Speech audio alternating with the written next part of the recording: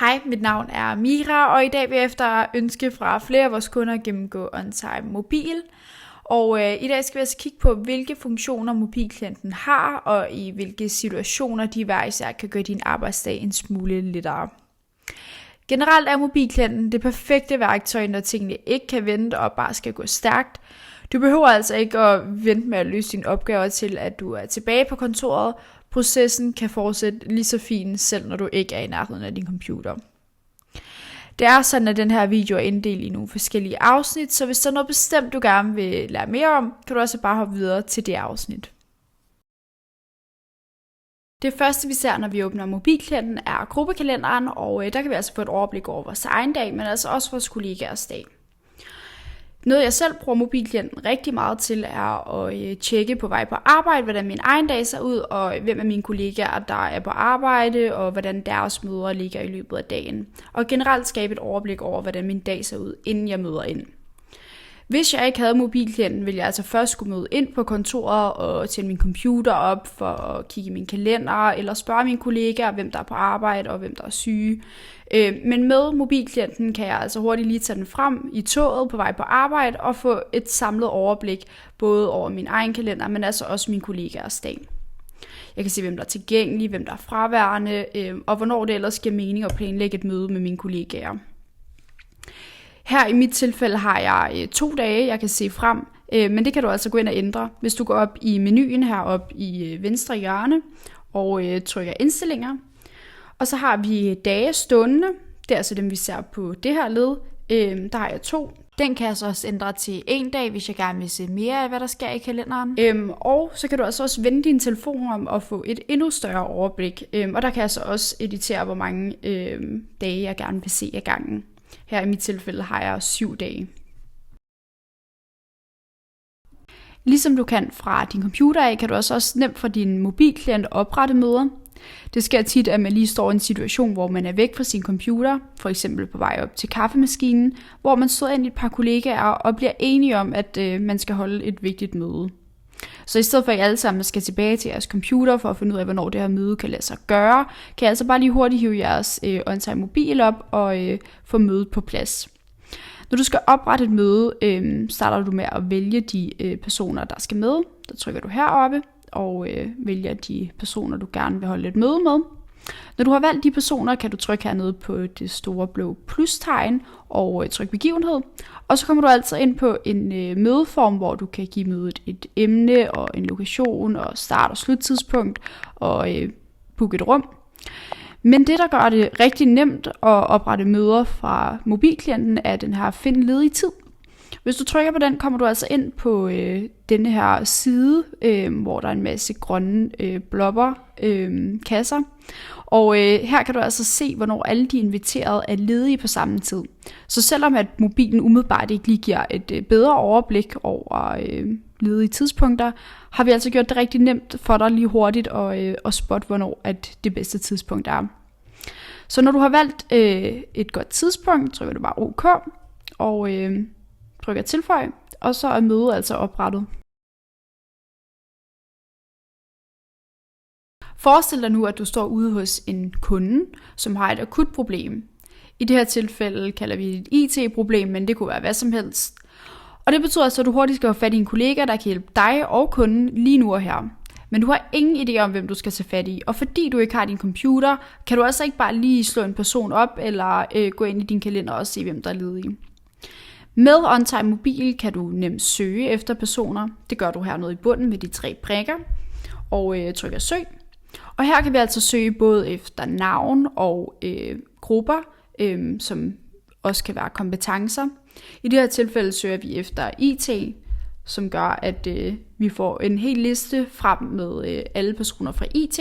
Og så kan vi altså lige trykke på hver person og tjekke deres kalender og se, hvem der er ledig. Og vi kan altså også hurtigt se deres kontaktinformation, så vi har deres nummer, og vi har altså også deres mail. Og det gør det nemt, når man står ude væk fra sin computer og ikke har det samme overblik, lige hurtigt at finde ud af, hvem du kan tage fat i. I din OnTime Mobil kan du altså også oprette møder og håndtere kalender på vegne af andre, hvis du har de rigtige rettigheder. Det er altså perfekt for en personlig assistent, for eksempel, der måske håndterer kalender på vegne af 3 forskellige chefer på én gang, samtidig med, at der altså også er en masse andre opgaver, ud over at håndtere kalender. Og de er ikke nødvendigvis bundet til at være på kontoret. Forestil dig for eksempel, at du står ude og henter en pakke eller en kop kaffe til en af dine chefer, mens en anden skriver, der skal planlægges et hastemøde lige nu. Det vil altså ikke være muligt, hvis det var, at du ikke havde din on-time mobil, fordi du hverken har overblikket eller evnerne til at kunne arrangere noget i nogens kalender. Men med din on-time mobil kan du nemt trykke på den person, du ønsker at oprette et møde for. Her ser vi altså deres visitkort og deres kontaktoplysninger, som vi tidligere har set. Men du har altså også et overblik over deres individuelle kalender, både i en månedsvisning og dagsvisning. Hvis du så skal oprette et møde på vegne af en anden, trykker du hernede på plusset, og så kommer vi ind på en mødeformular, som så er på vegne af din chef. Her kan du, ligesom vi så før, indtaste et emne, lokation, start, slut, tidspunkt, og du kan altså også invitere de mennesker, der skal inviteres.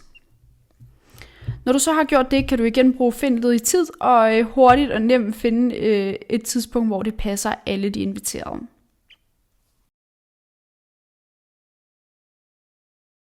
Måske har du allerede set min forrige video, hvor jeg går igennem on-time computer, men her forklarer jeg i hvert fald konceptet om polarity, og det er altså det her med at stemme om mødetidspunkter for at finde det mest oplagte tidspunkt for mange personer ad gangen. Og det kan du altså også her fra din mobil af.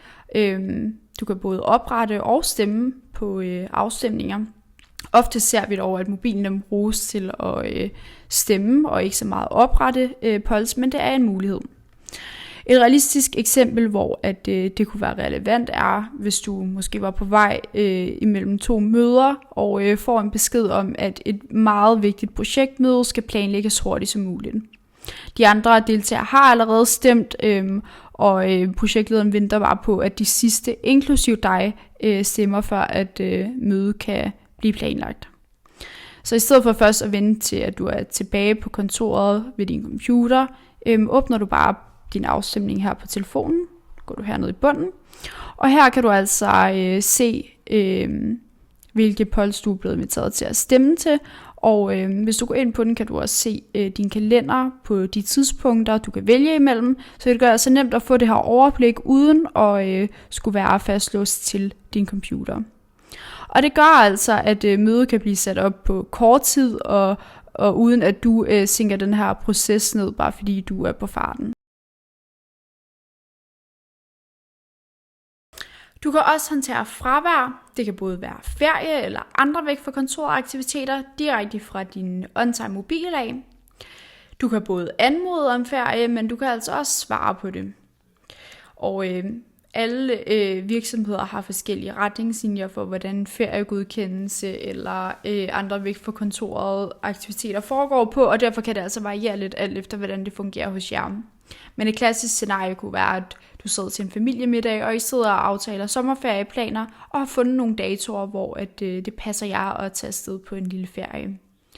Så i stedet for at skulle vente på at komme tilbage på arbejde efter weekenden, og først sende anmodning afsted der, kan du også bare lige hurtigt hive telefonen op, og så er den ude af verden, og du kan vente på at få svar fra din chef af.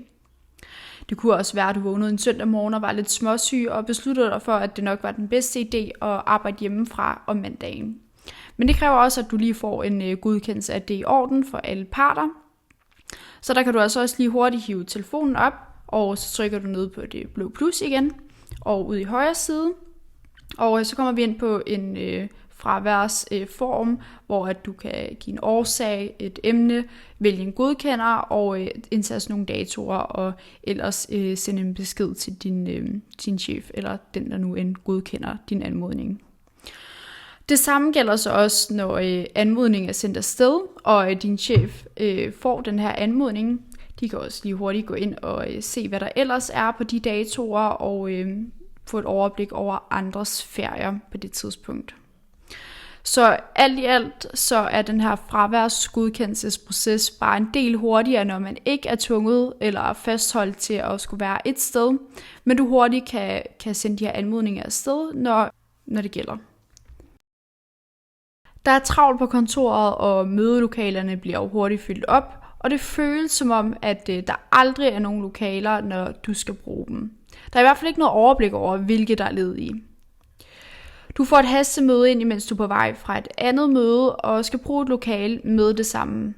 Men uden din computer ender du i en situation, hvor du går rundt i bygningen og håber på at finde et ledigt rum. Du kigger ind ad dørene og risikerer at afbryde vigtige møder, eller tager et tilfældigt lokale, og lige pludselig dukker der nogen op, som har booket lokalet. Det giver både forsinkelser og forvirring og bare unødvendig frustration, alt sammen fordi du mangler et overblik over ledige rum. Med OnTime Mobil kan du altså nemt få et overblik over ledige lokaler. Du tager mobilen frem, trykker på rum, og her kan vi altså se et samlet overblik over alle de lokaler, der er ledige, og vi kan altså også nemt booke dem, når vi har brug for dem. Når du så ankommer til det lokale, du har booket, kan du altså også tjekke ind, forlænge møde eller frigive rummet igen, hvis du har OnTime Room Display. Men det fortæller jeg mere om i en anden video. Det var en kort introduktion til OnTime Mobil og hvilke funktioner den har, og hvordan den kan hjælpe dig med at gøre din dag en smule lettere, uden at fastholde dig på kontoret eller tæt på din computer. Jeg håber, at du har fået noget ud af at se med. Hvis du stadig sidder tilbage med nogle spørgsmål, har vi en masse detaljerede tutorial-videoer på vores YouTube-kanal på engelsk. Men hvis du ellers har nogle idéer til emner eller andre typer af videoer, er du mere end velkommen til at skrive til os på idé@intravision.dk, og så vil vi rigtig gerne høre, hvad du har af idéer eller ønsker.